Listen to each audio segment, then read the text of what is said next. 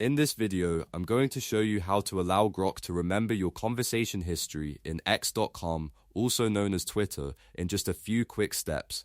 This is useful if you want Grok to keep track of your past chats so your future conversations can feel more consistent and easier to continue. If this helps, make sure to hit the like button and subscribe for more quick tutorials like this.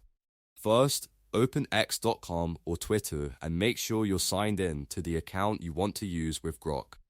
Once you're on the main screen, look at the left navigation bar. If you don't see all the options right away, click on More. This opens up the full menu so you can access the settings you need. Next, click on Settings and Privacy. This is where x.com keeps all of your account controls, privacy options, and platform settings.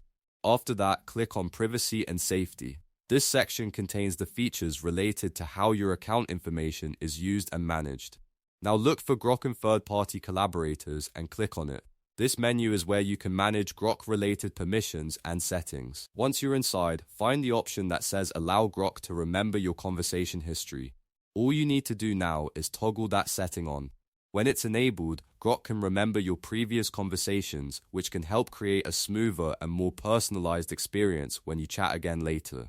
And that's it. You've now allowed Grok to remember your conversation history on x.com or Twitter. If this video was helpful, please give it a like, subscribe to the channel, and turn on notifications so you never miss another simple tech tutorial. Thanks for watching, and I'll see you in the next one.